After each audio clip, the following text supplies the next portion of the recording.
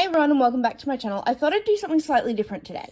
So this is the contents of an accessories order.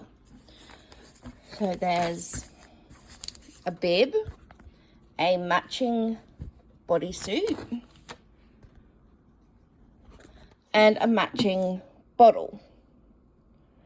Then the person's also ordered a second bottle and some dummies. So I've thrown in a couple of extra dummies for free.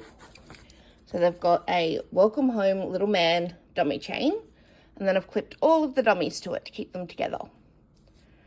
3 different ones. Then they'll also be getting some chocolates that I seal in a Clip-Lock bag. Because it's Australia and it's summer, it's going to melt on the way over, so she'll just have to throw it in the fridge when she gets them. And then she's getting this. So those she does not know about. I always pack a little extra something into my orders, even the smaller orders. Now, all in the bag, so I had to open the seal to double check everything was in there. And then we're going to use my packing tape to reseal the bag. So the bag is now fully packed. We're sealed at both sides and at the top. This is an order for Candace, and I hope she enjoys.